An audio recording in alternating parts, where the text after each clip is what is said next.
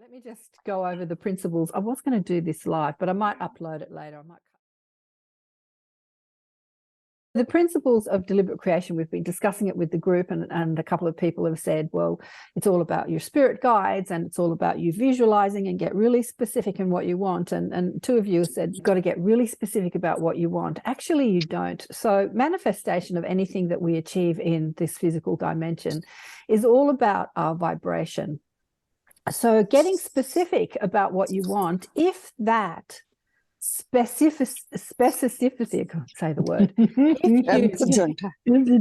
If you getting specific about what you want evokes a vibration in you where you feel joy and passion and ease and grace and love, then get specific. But if getting specific about what you want feels like effort and work, and then when you think about what you want, you go into your thoughts about how you can't achieve it because, oh my God, that's going to take so much money. How am I going to get the money? Like if you get really specific and it creates a vibration in you, which is stressful, then getting specific about what you want isn't working for you, because what we're doing is we're aligning to timelines. So our soul has a plan for us outside of our ego's desires. And I think it was you, Sheila, that said, you know, desire versus want. You said that desire is the soul's desire, as want is the ego's want. I've never heard anyone say it quite like that before, but that's a way that we can put it. Desire and want are the same thing, but we could separate it and say desire is the soul plan and then want is the ego plan.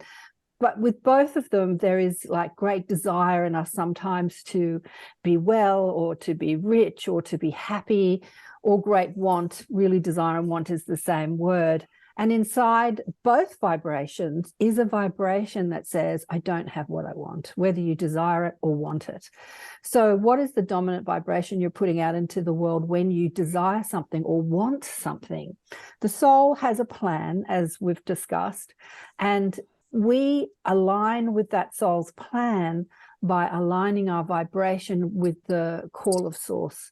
So anytime you're going down a trajectory in your mental capacity or your physical capacity where you're feeling good, then that feeling is your emotional guidance system saying that you are in alignment with the desire of your soul. So I remember when I was young, I embarked on a naturopathic course, and as a young girl, I thought that I was going to be a dress designer or something creative like that. I didn't think that healing was really my plan, but I embarked on it, and everything seemed to line up so easily. Everything just flowed. It's like doors started flying open for me. Money came.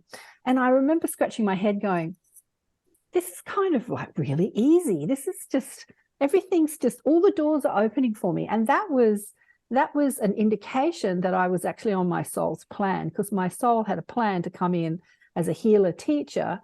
And when I'm a young girl thinking, oh, you know, I want to be a movie star, a dress designer, or, you know, whatever you're thinking as a young girl, an actress, a singer, whatever it is. Yeah, sure, I could do all those things and I could achieve all those things, but it wasn't the plan of my soul. And so interestingly enough, I remember when I was 16, I embarked on a course, dress design course. And then I wanted to get a job at a magazine. And in fact, the magazine, one of the biggest magazines in Australia, the CEO was my auntie. And so I had had an in. Right, I had an in. And I rang her up and I said, can I have a job, like one of like the schlepping jobs at this magazine, but I wanted to get into the fashion business. And she said, yes. If you're here within the hour, I'll give you an interview. If you don't make it in the hour, don't bother coming. You know, she was a pretty tough CEO. And it was like, I was in traffic. I had plenty of time to get there. Do you think I got there in that hour? I did not. It's like the doors shut in front of me, even though there was great desire in me to like be in fashion. Like this was like all inside my head at the time. I really want this. This is something I love doing. I love the creativity of it. It wasn't my soul plan. And so trying to go down that trajectory meant that doors were closing in front of me. And so I didn't end up getting the job in the magazine. I did get a job in another magazine for like a couple of weeks, and then I got the sack, or the magazine closed down, or something happened Then I wanted to be a dancer, and I was dancing with the studio, and we were putting on concerts. Then the studio went bankrupt. It's so interesting how you go down some trajectory. So being in alignment with your soul plan is easy, and doors fly open for you. And you find people that help you, and it's just really interesting. So getting specific about what you want, it depends on what your soul wants versus what your ego wants. And sometimes what your soul wants is not the same as what your ego wants, because your soul wants you to learn. Your soul wants you to understand who you are, why you're here, and it actually invents or creates the challenges in your life to help you grow and expand. So one of the challenges in my life up until about 10 years ago was that I moved a lot. Even as a child, I moved. I never lived in a house longer than a year, 2 years, 3 years, I think was the longest. And just when I'd get comfortable in a house, I'd be moved. Like they'd sell the house or something would happen. I never owned my own house. So I was always dependent on renting. And I scratched my head and thought, why does this continue to happen to me over and over and over and over again? And the message that my soul wanted was to get comfortable with change. What do they say? The only constant in life is change. To get comfortable, I can see you nodding, Sheila, right? To get comfortable with change. Because sometimes when we get too comfortable, we get really stuck, and those habitual patterns that we can have, those mental patterns, can just be on like a broken record. They can be on loop, like looping around and around and around, these thoughts of, I don't have what I want, I'm not okay, I'm in pain, I'm not good enough, no, it's not happening for me. It's like we can get on this trajectory of negative thinking, and it just loops and it loops and it loops. And then when there is disruption in your life, it's like somebody, I'm thinking about a record player, they're giving me the image of a record player. It's like somebody knocks the, scratches across the record, and then you're now on a different song, like you're singing a different song. And so disruption in your life can be a really good thing, in that it can get you shocked, like knock you out of your habitual pattern, and you start thinking differently. You start thinking about what else, what next, what's different. There's a new adventure. So you can think about it in a way that's stressful, or you can think about it in a way that is exciting. Like every time we moved, my daughter, who was young at the time, well, up until she was like 18, and then I stopped moving, would be upset because she would like her room. And then I would say, instead of being upset about leaving your room, why not get excited about the next room, and a new room, a new suburb, new people to meet in a different suburb, a new place, new friends. Like what else, what next, what else can I experience? Rather than the known, we're moving into the unknown, and the unknown could hold more joy and more excitement than the known. So we can think about it in two ways. We can think about it like, oh, this is a hassle, and I've got to find somewhere to live, and I've got to pack up everything, and there's so much work to do. Or we can think about the excitement of a new adventure. Really, it's our choice. How are we thinking about everything? So the principles of law of attraction or deliberate creation are absolutely how you feel. Most people think, in order to get what I want, I need to take action. And for most part, that is true, but the vibration in which you take action will determine the outcome of your action. And in fact, when you take action in a vibration that doesn't feel good, you just expand the frequency of the vibration you're evoking at the time you take action. So they're giving me the analogy of, if you are in physical pain and you're upset about that physical pain, and then you take action, like you do some exercise to alleviate that physical pain, but you're still in the place of being upset, and then you embark on the action, which is the exercise, what you'll find is that the physical pain will get worse.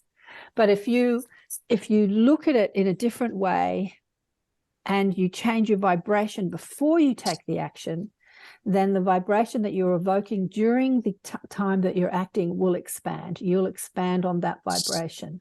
So it's absolutely so important to clean up how you feel before you take any action about anything, whether that's moving to a new place or doing exercise or whatever it is that you're going to do. It is our attention to our vibration. It is our attention to how we feel in the moment, in the now, right here, right now. That is the most important part of being a deliberate creator. We think that the way we feel is because of what's happening in our lives, in our bodies, in the circumstances of our lives. But actually, the way we feel is 100% in alignment to what we believe about ourselves or what we believe about life. So if we're feeling down or feeling not good or feeling in pain, if we take time to deliberately shift our beliefs, this is the most powerful and potent part of creating a new experience, whether the experience is in your body or in your life or in the world in general. Now, here comes the cat. He wants in on this, as always. And this is what most people don't do when they're thinking about how to create what they want. They think about what they can do. They think about where they can get money from. They think about how their circumstances can change in order to feel better. If they're feeling down, they think in order to feel good, you know, how am I going to feel good? Will I put on some music? Will I go and walk on the beach? Will I pat the cat, walk the dog? You know, what can I do to feel good? And all these things are good. In fact, you know, to deliberately set forth to make yourself feel good. But the most important way of feeling good is to examine what you're believing to be true in the moment that you're feeling bad. So what am I believing to be true? Shirley, I'm just going to mute you because, again, your microphone's just rubbing on. Yeah, it makes the sound. So I'm just going to mute you for a sec. There you go. Yeah, to examine what you're believing to be true and then challenge that. So you can do that any place, anywhere, all the time. It is to take that time to really look at why you're feeling bad based on what you're believing to be true. And in that moment that you shift your vibration, I think it was in the Seth books, the only way to change your life circumstances, I wrote it down as a poster years ago, is to change your attitude. And what he's saying, or they're saying about attitude, is like, how do you feel about yourself, your attitude towards yourself, your attitude towards life. And if you take time to make, to be deliberate in shifting that, okay, I'm feeling bad. What is it I'm believing to be true about myself? You know, I'm getting older. I can't do what I want. I mean, you know, just coming up with whatever it is. And when you find the belief that you have, I can't have what I want. I'll never have what I want. It's too hard. Usually it's a belief in yourself and your experience of what you believe that you can do in life. When you find that, is to challenge that belief and turn it around. Because the truth is, we are all an extension of the source. We are infinite creative potential. We are connected to a source of pure positive energy, unconditional love. There is nothing that we cannot be, do, or have when we align our vibration. And it doesn't matter how young or old we are, or our life circumstances, or our physical circumstances. When we shift our vibrational frequency, we can be and do and have anything we like. And it starts with, again, attitude. So if you want to do something in life, if you need to motivate yourself to do it, that is a really hard way of doing it, because then you have to sort of tell yourself, you need to do this in order to get what you want. That's what motivation is. If I'm going to lose weight, I need to motivate myself to move, because in moving, you know, if I move, if I walk or run or jog, then I'm going to lose weight, but I don't feel like walking or jogging. It's like there's this argument going on in yourself with trying to motivate yourself. But if you deliberately shift your vibrational frequency and raise your vibration, starting to connect with the truth of who you are by challenging your stressful thoughts, then interestingly enough, when you start to feel better, you naturally, and this is what you were talking about too, Sheila, you naturally are inspired into action rather than needing to motivate yourself into action. So maybe you want to move, you think you need to lose weight, so you need to move more. Instead of feeling like, oh, I've got to go to the gym and walk on the treadmill or whatever, when you feel better, you think, oh, it's such a beautiful day, I'd love to go for a swim or for a walk or bushwalk, or I think I'll walk the dog or whatever, and you're inspired into action. And then that action is in alignment with what you want. So the principles of deliberate creation, of law of attraction, is to work on your vibrational stance. So first of all, witness how you're feeling, ask yourself why, find the belief behind why you're feeling the way you're feeling, and then challenge that belief. And it's funny, when you do challenge that belief, people will come into your life that will line up with your new belief. I did this with a girlfriend years ago who was in incredible back pain. And we were out at someone's farm blessing the land, and she was just in so much pain she could hardly stand up. And then at lunchtime, she'd had a healing with another healer in the morning, but at lunchtime she was in still so much pain. So I went up to her and I said, "What's wrong? What are you upset about?" She said, "Nothing, nothing." You know, she's a spiritual person. She's not upset about anything. Love and light. I'm all love and light, like those. Esther talks about the happy sticker over the empty gas tank. If you are not present to what you believe, then you've got no way of changing it, right? So you have to get really real with what you believe. So she's lying to me and saying that everything's fine. And I persisted, "No, everything's not fine. If everything was fine, you wouldn't be in so much pain. What's going on in your life?" After some argument of, everything's fine, she said, "Well, there was an incident that happened where I was helping a friend and she didn't appreciate my help." And this always happens to me. She starts going into her drama. People don't appreciate what I do for them, and I'm just trying to be helpful and people don't appreciate me. Do you see the belief, the thought form that's underlying the pain? I am not appreciated. I'm just trying to be a helpful person, but I'm not appreciated. So in order to overcome that stressful thought, she's stuffed it down over years and years and years, and it's turned into this intense back pain where she's in so much pain she can't even stand up. And then I challenged that thought. Is it true? Is it true that people don't appreciate the work that you do? And I started telling her stories about how I've appreciated her over the years, and she's been so helpful to me. And she started feeling better and contemplating that maybe this isn't true, that maybe she is appreciated. And right on cue, somebody walked up at lunchtime, and it was so scripted. It was beautiful. Action, stage left, enter. This woman walked up and she said, "Oh, I so appreciate you. You're such a helpful person." So as this person shifted her belief about herself, the universe, brought this person over to affirm her new belief, and her back pain melted away like ice in front of a heater. Like the pain just disappeared when she shifted her belief about herself being unappreciated to, actually, I am appreciated. And she started to feel really good about being a helpful, loving person. There's nothing worse than wanting to contribute and feeling like you're not appreciated when you do contribute. I mean, that's painful. That's a painful thought. It's no wonder she had pain in her back.